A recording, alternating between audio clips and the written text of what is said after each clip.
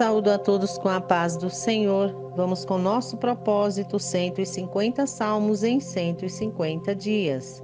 Hoje vamos meditar um pouco no Salmo 99. Não perca, logo após a leitura do Salmo, uma reflexão. Deus tem uma palavra para o seu coração. Reina o Senhor, tremam os povos. Ele está entronizado acima dos querubins. Abale-se a terra. O Senhor é grande em Sião e sobremodo elevado acima de todos os povos. Celebrem eles o teu nome grande e tremendo, porque é santo. Eis, és rei poderoso que ama a justiça, tu firmas a equidade, executas o juízo e a justiça em Jacó. Exaltai ao Senhor nosso Deus e prostrai-vos ante o escabelo dos seus pés, porque ele é santo. Moisés e Arão entre os seus sacerdotes e Samuel entre os que lhe invocam o nome, clamavam ao Senhor e ele os ouvia.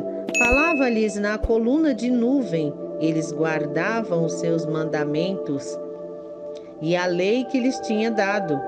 Tu lhes respondestes, ó Senhor nosso Deus, foste para eles Deus perdoador, ainda que tomando vingança dos seus feitos.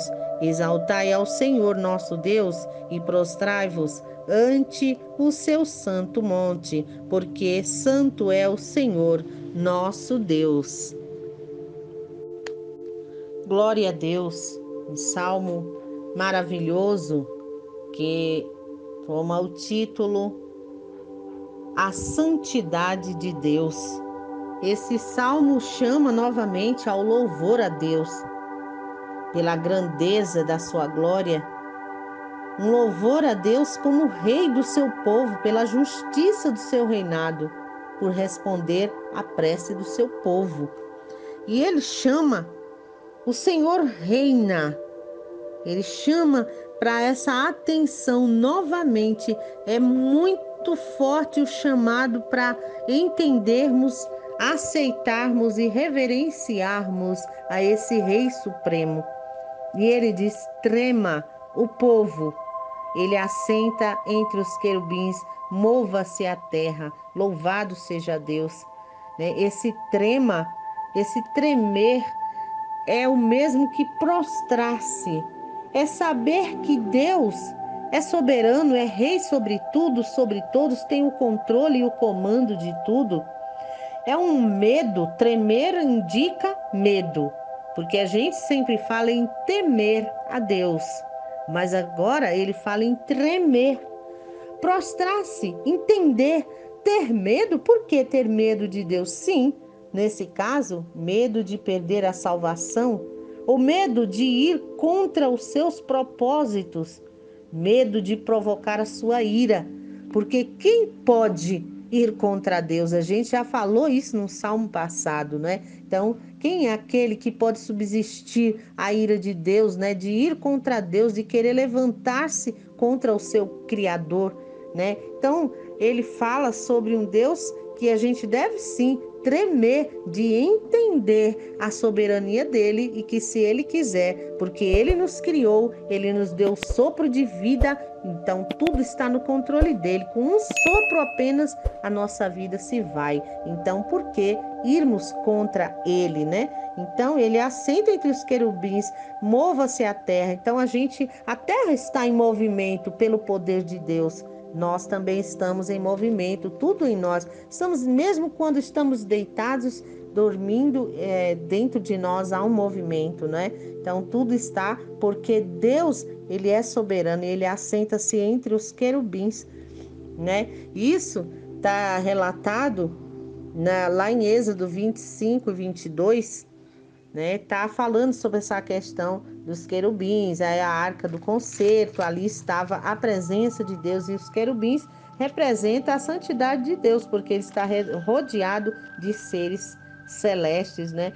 O Senhor é grande em Sião, está muito acima de todos os povos, né? O Senhor está acima de tudo. Sião significa o lugar de Deus. Em outras passagens fala sobre Acho que até nesse salmo mesmo fala que é o escabelo dos pés, é o lugar da presença de Deus. Não quer dizer que é Deus todinho que está lá, porque nada cabe Deus. Deus é infinito, é maravilhoso, é grande, né? Então louvem o teu grande e terrível nome, pois ele é santo, né? Então, o que que é terrível? Terrível é aquele invencível, é poderoso, é tremendo, ele é temível. Nós devemos temer a ele, porque ele é santo. Aí ele dá ênfase a essa palavra santo, né? Acho que 3 vezes é o que ele fala, pois ele é santo. É por isso que a gente deve louvar a Deus. Louvar, a gente já falou no salmo passado. O que que significa o real louvor, né? O real cântico, a real glorificação a Deus. Não é só quando a gente canta ou quando a gente bendiz ao Senhor, como o salmista, né, já falou em outros salmos: bendize ao Senhor a minha alma. Bendizer, falar bem do Senhor, reconhecer os seus feitos, né? Os seus atributos, né? E o verso 4 ele diz: a força do rei também ama o juízo. A força de Deus ama o juízo, porque Deus é justo, é o justo juiz. Ele vem com a misericórdia e com amor, mas ele vem também julgar os povos, né? Aí diz: tu estabeleces a equidade, tu executas o juízo, a justiça em Jacó. Jacó, a gente sabe que era o nome de Israel. Ele era Jacó e passou a ser Israel, e assim as tribos levaram o seu nome. Então é o povo de Deus, o povo de Israel, né? Então aqui ele fala de Jacó também sendo o seu povo. Equidade a gente já explicou, mas novamente nós colocamos aqui: é imparcialidade, é igualdade de justiça, é um reconhecimento da igualdade, porque Deus, ele julga. Para Deus ninguém é melhor do que o outro, nem o preto, o branco, o rico, o pobre, o de posição, aquele que não tem nada. Não, né? Não adianta querer ludibriar a Deus, porque Deus é o justo juiz. Deus não é comprado, né? Muitas vezes a gente vê pessoas subornando autoridades para ter um benefício, mas com Deus isso não cola, né? Deus é uma razão que ele tem com ele, porque nós temos que obedecer para receber dele as bênçãos, para receber o perdão, para andar em conformidade com a sua vontade, para que ele nos abençoe, porque ele vai nos julgar. Então, se eu pratiquei o bem, claro que as misericórdias do Senhor se renovam a cada manhã. Ele sabe que eu sou humana, que eu sou frágil, que eu sou falha, mas ele conhece principalmente a intenção do coração, né? Então, Deus, ele não é comprado. O negócio é que muitas vezes a gente faz uma coisa errada, sabendo que está fazendo errado, e vai repetindo aquele erro conscientemente, e vai pedir as bênçãos de Deus, e vai pedir a Deus muitas vezes para tomar providências em nosso favor. É um exemplo bem assim claro para a gente entender, né? Alguém vem, me afronta e bate no meu rosto, e eu parto para cima e vou revidar aquele tapa, e depois eu vou dobrar o joelho e dizer: Deus, faz justiça. Ela veio contra mim, Senhor, olha o que ela fez comigo, mas eu já fui, né? Então, assim, não adianta eu querer fazer justiça, porque quando Jesus disse assim: se alguém bater na tua face, dá-lhe a outra. Não é que eu vou ficar oferecendo meu rosto: ó, dá para você bater aqui, por favor, para ficar igual, né? Porque um lado tá inchado, o outro não tá. Não é isso. É a outra face, não é a face do rosto, é a outra face, é a face de Cristo. Nós falamos no salmo passado sobre a mente de Cristo, sobre a vida com Cristo. O que que é a luz, né? É mostrar a luz, é mostrar a diferença, é essa outra face, né? A outra pessoa veio me ofender, a outra pessoa me xingou, me bateu ou me feriu, seja lá a alma ou o corpo, mas essa pessoa está doente, ela está alimentando o mal dentro de si, e eu estou alimentando o outro lado, a outra face, a face do amor, a face do perdão, a face da compaixão. Isso é que é dar a outra face, é mostrar a face de Cristo em mim, a diferença, né? Então Deus, não adianta eu vir com arrumadinho, né? Muitas vezes a pessoa fala: ai Deus, vamos orar para Deus punir esses políticos que são perversos, né? Que eles são, faltou minha palavra agora, corruptos, né? Mas quantas corrupções pequenas existem na nossa vida, né? Quando tentamos aí subornar o guarda para não dar a multa, sei lá, um troco errado e não devolve, ou querer passar a perna em alguém, né? E depois a gente vai orar a Deus e querer as bênçãos, querer a resposta da oração. Então, Deus, ele não tem esse negócio de arrumadinho. Equidade é imparcialidade. Deus é imparcial. O negócio dele é justiça, é retidão, né? Então, glória a Deus por isso, porque temos um Deus justo, não é? Ainda que soframos a injustiça, mas Deus é justo. E aí o verso 5 ele diz: exaltai vós o Senhor nosso Deus. O que é exaltar, né? Exaltar é elevar, é respeitar, é glorificar, é reconhecer a Deus como realmente Ele é soberano acima de tudo e de todos. É dar a Ele o devido lugar na nossa vida, né? É não deixar que outros venham reinar na nossa vida, que outros ídolos, outros deuses, outros seres, ou pessoas, ou dinheiro, ou vaidade, ou orgulho, nada disso venha reinar em nossa vida. Dar a Ele o devido lugar, ao Criador de todas as coisas, ao nosso Criador Supremo. É a Ele que devemos exaltar, dar o devido lugar, a devida glória, a devida honra a Ele, sim, porque Ele é um Deus poderoso e supremo, né? Então, ele vem no verso 6, Moisés e Arão, aí sim, porque ele é santo, olha a ênfase aí, porque ele é santo, pois ele é santo e a santidade de Deus é a sua marca, né?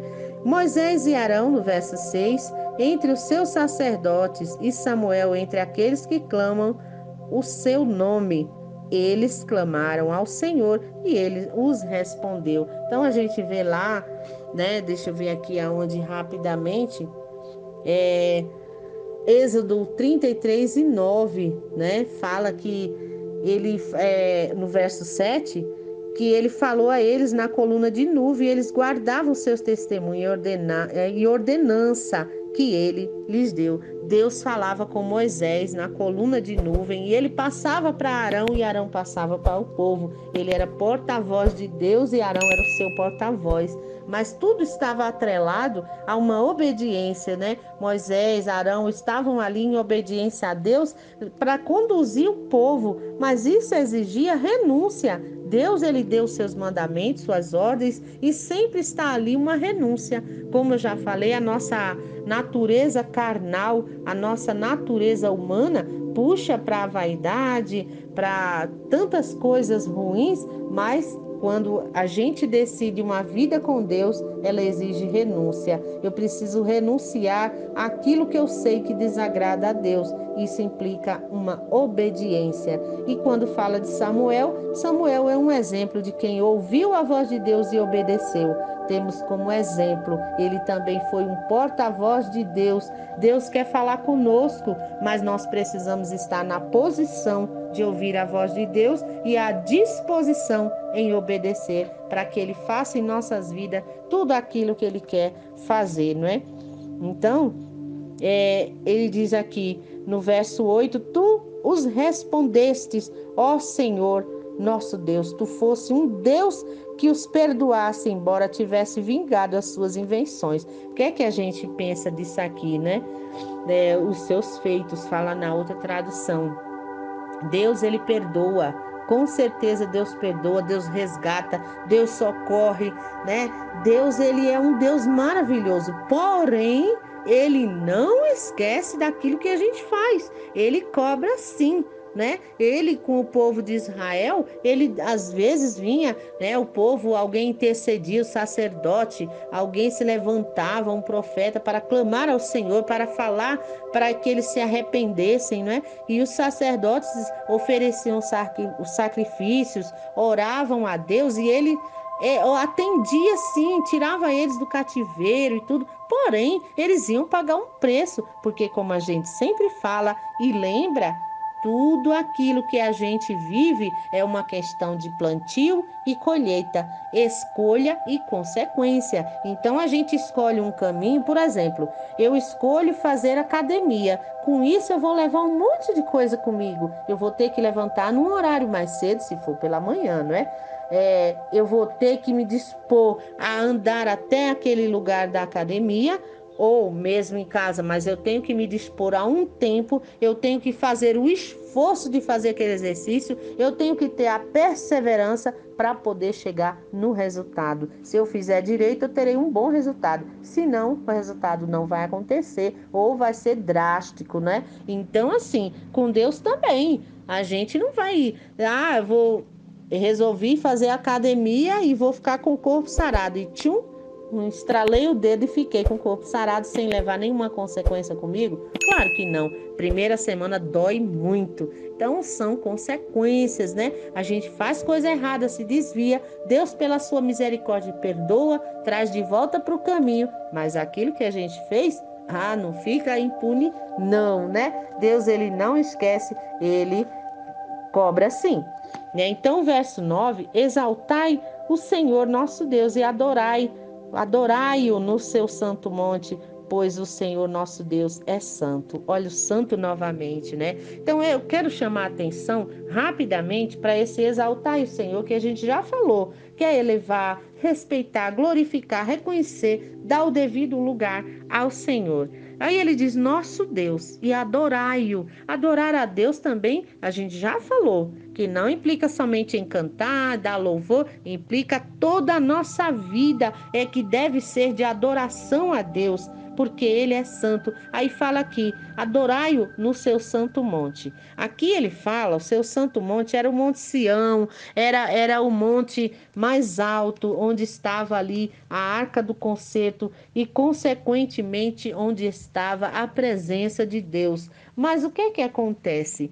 No livro de 2 aos Coríntios, vamos ler rapidamente aqui para a gente entender onde é que é o templo de Deus hoje, porque naquele tempo era ali onde estava a arca, né? A arca da aliança, a arca do concerto. Mas aqui é o lugar sagrado. Em 1 Coríntios 6:19, ele diz que nós somos templo e morada de Deus. Ou seja, esse é o templo e morada, é o lugar da habitação, é o lugar santo. E esse lugar tem que ser santo por quê? Aí está dizendo, pois o Senhor nosso Deus é santo, pois ele é santo. Adorai porque ele é santo. Então, aqui no 2 Coríntios 6, a parte B ou C do verso 14, que comunhão há da luz com as trevas? Então, Deus é luz e o maligno é a treva, ou seja, o pecado, a idolatria, tudo aquilo que é mal, tudo aquilo que é ruim é a treva, mas Deus é luz. Então ele nos chamou para ser luz. Lá em Mateus 5:13, ele diz que vós sois o sal da terra e a luz do mundo, no verso 14 de Mateus 5. Por quê? O sal dá tempero, dá sabor. O sal faz a diferença. Experimenta uma comida que não tem nenhum pingo de sal. Aí você coloca um pouquinho de sal, a comida fica temperada, uma delícia. A gente sente o prazer de comer. E a luz? Você está numa treva, chega numa sala, num quarto escuro, você liga a luz e logo tudo clareia, a gente pode ver tudo. Então é visão, é claridade, é reflexo, é tanta coisa que significa isso. Aí no capítulo 6 do 2 aos Coríntios, e o verso 15, que harmonia tem entre Cristo e o maligno? Ou que união do crente com o incrédulo? Crente é aquele que crê, incrédulo é aquele que não crê, que não acredita. E o verso 16 diz, que ligação há entre o santuário de Deus e os ídolos?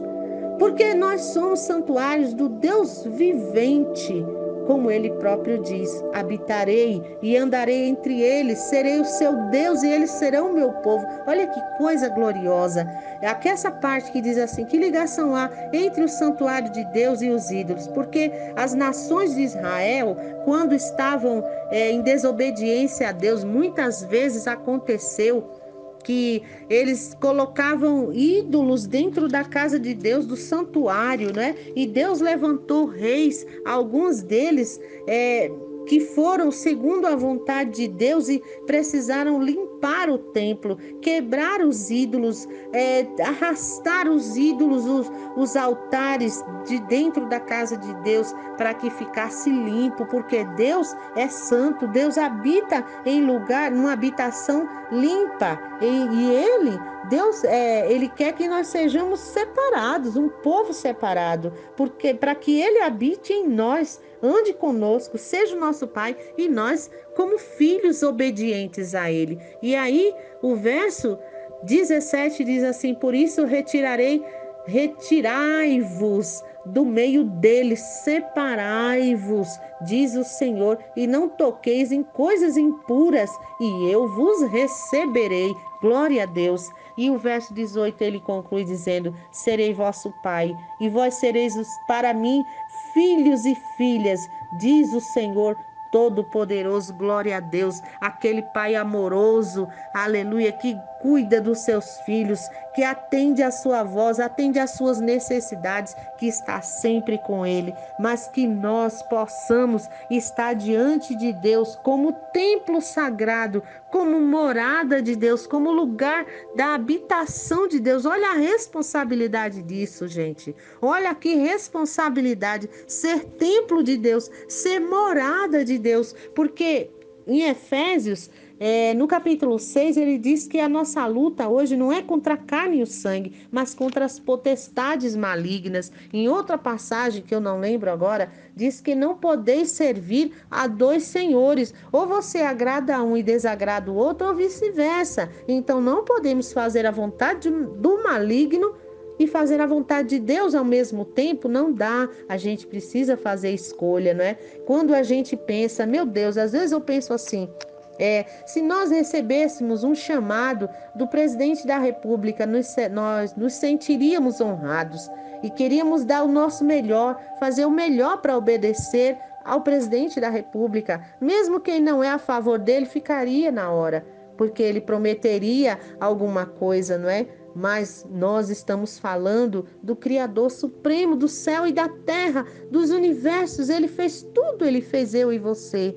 E é a esse Deus que nós devemos a nossa reverência, a nossa honra, a nossa glória toda seja dedicada a Ele. Ele é que tem que ser honrado na nossa vida, e a melhor forma de honrar a Deus é obedecendo a sua voz, obedecendo a sua palavra, porque a sua palavra nos ensina o caminho do bem e a nos desviar do mal, né? Então, assim como Moisés, Arão, Samuel e tantos outros na Bíblia que ouviram a voz de Deus e foram seus porta-vozes, nós precisamos ser porta-voz de Deus, porque Ele nos criou, Ele cuida de nós, mas Ele quer ter essa comunhão apurada conosco, essa comunhão de amigo fiel que fala, que cuida e que alerta. Quer ter intimidade com Deus, a gente só consegue através da sua palavra, conhecendo a sua vontade, através da oração, através do louvor, através de uma dedicação,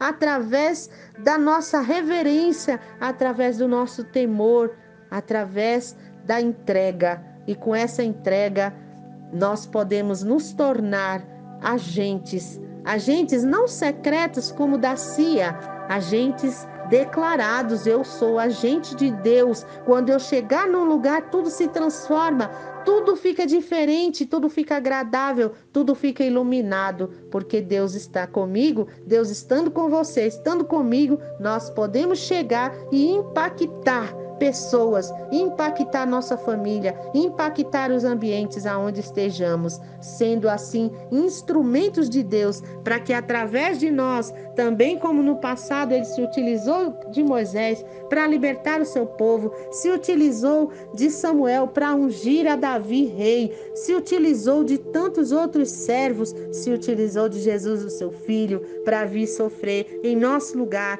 para vir nos ensinar uma vida de retidão, para vir nos trazer o acesso a Deus, para vir nos trazer o direito à salvação, a uma vida com Deus na eternidade também. Possamos nos tornar porta-voz de Deus, agentes de Deus declarados. Eu sou agente do Deus vivo. Declare isso para a sua vida. Deixa Deus trabalhar. Faça essa dedicação, tirando da sua vida tudo aquilo que não agrada a Deus e buscando aprender com a sua palavra, porque assim como diz o Salmo 1, né?